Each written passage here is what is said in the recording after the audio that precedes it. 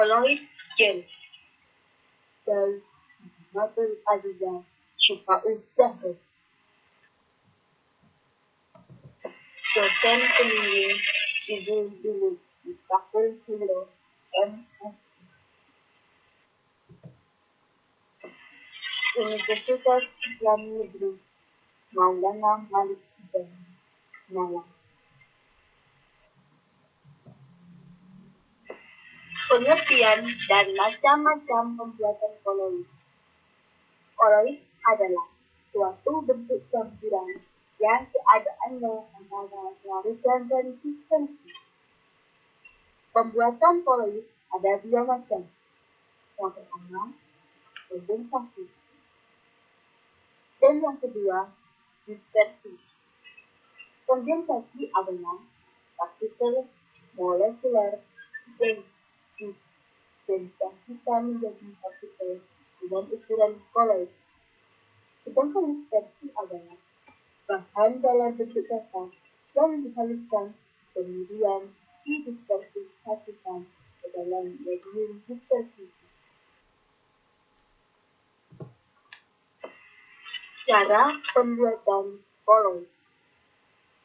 Cara yang pertama yakni dengan kondensasi. Cara yang dilakukan dengan melalui reaksi-reaksi kimia seperti reaksi redoks, reaksi hidrolisis, dan dekomposisi rangkap atau dengan reaksi pergantian polaris. Redoks, reaksi yang disertai perubahan bilangan oksidatif. Hidrolisis, reaksi suatu zat yang air. Dekomposisi rangkap, dan yang terakhir pergantian polaris.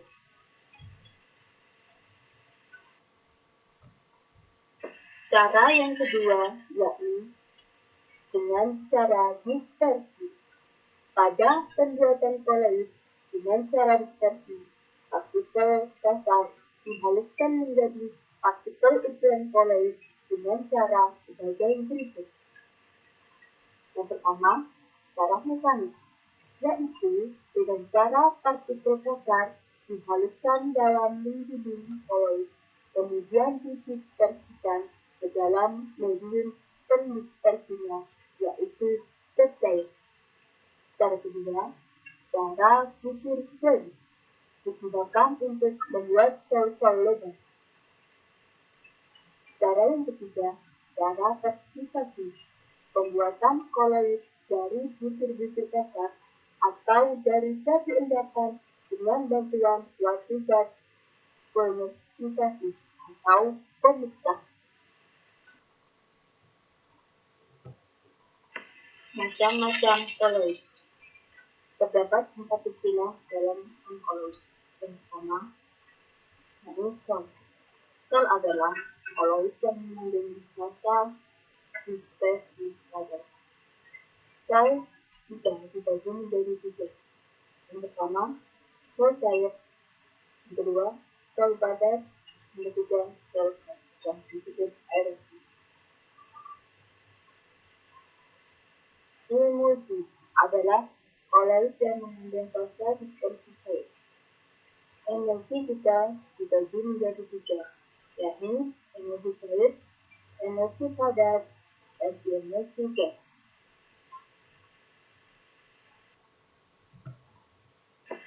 Yang ketiga, glue. Glue adalah koloid yang mengandung massa dispersi gas. Glue ada 2 macam, yaitu glue padat dan glue cair. Yang keempat, yakni gel. Gel adalah koloid yang setengah kecil antara padat dan cair. Gel dapat terbentuk dari partikel yang jatuh dispersinya massa kecil, medium, dan tinggi, sehingga menjadi koloid yang agak padat.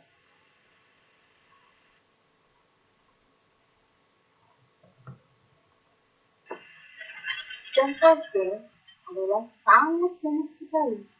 Namun, di sini kita akan membahas salah satu contoh gel, yakni sabun mandi gel. Misalnya, salah satu pilihan dari sabun mandi Sabun mandi tidak hanya bertujuan untuk membersihkan badan. Kini, sabun mandi yang baik harus tampil dalam bentuk yang mewah. Sabun mandi dalam bentuk gel kini telah banyak dipakai oleh industri kecantikan karena kesannya lebih fresh dan mewah.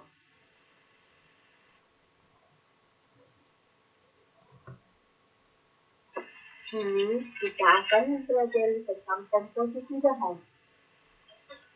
Bahan untuk pembuatan sabun gel yang pertama adalah Ultra Fresh 120 gram. Yang kedua, koko amino etanol amin cukup. Yang ketiga, koko aminide propil hitam.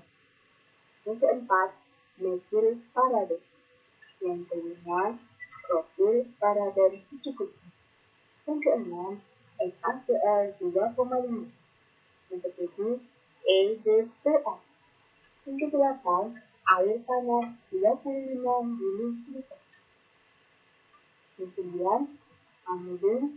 Yang ke-10, vitamin. Yang ke-11, bawahnya secukupnya. Dan yang terakhir adalah parfum secukupnya.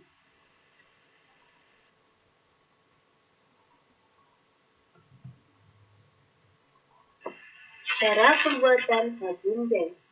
Yang pertama, ultra fresh dan koko amino etanol amin di wadah A aduk dengan rata.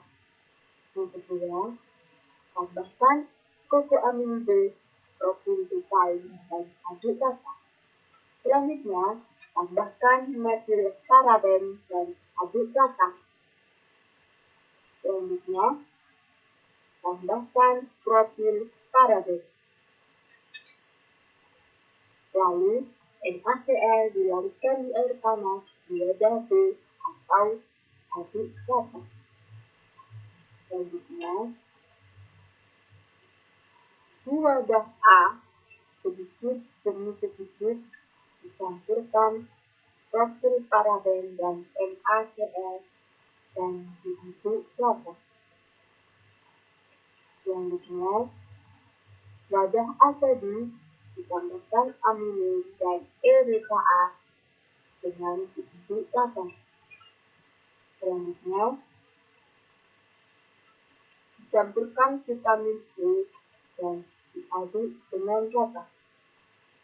Lalu, tambahkan pewarna dan parfum, diaduk rata, dan selanjutnya dikemas. Siap untuk dipasarkan.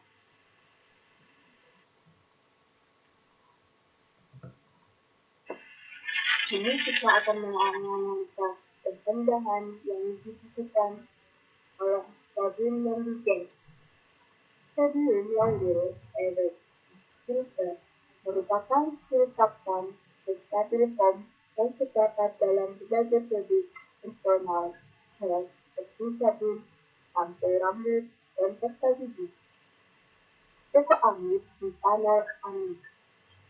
Cairan kental kekuningan larut dalam air. Foam dalam berbagai produk di sampo, sabun, dan emulsifier agent untuk kosmetik. Koko amino propylated merupakan surfaktan untuk berlembut, mempunyai conditioning properties dan berfungsi untuk mengurangi iritasi pada kulit. NaCl berfungsi untuk meningkatkan kekentalan.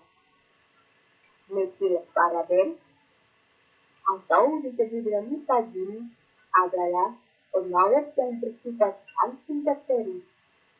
Propil paraben atau disebut dengan nifasol adalah pengawet yang bersifat anti jamur.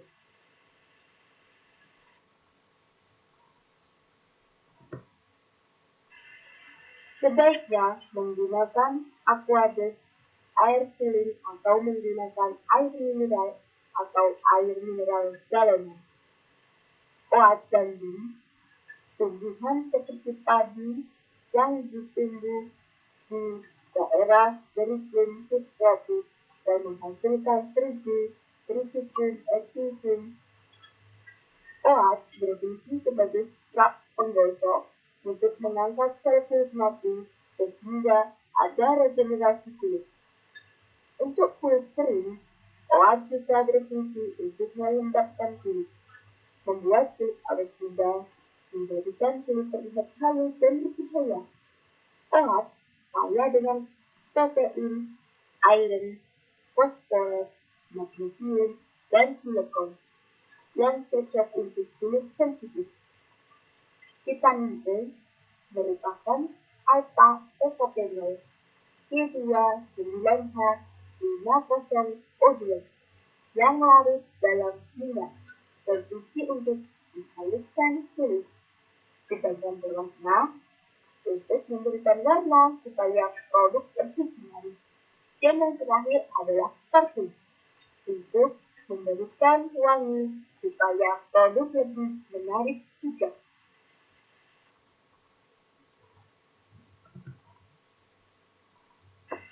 Dari data yang saya sampaikan tadi adalah berasal dari referensi Prabowo Hadi, KMD, Ilmu Kimia, SMU, Lasia, Erlangga, Bandung. File 3 plus B plus kuliah plus dunia cara membuat sabun mandi gel jelly and sport sabun cair.html. Yang ketiga, file 3 plus B plus kuliah plus kimia plus tugas persen 20 sekolah persen 20 laporan 20 kimia persen 20 proses 20% pembuatan 20% koloid 20% dengan 20% cara 20% ekspektasi buat SEM.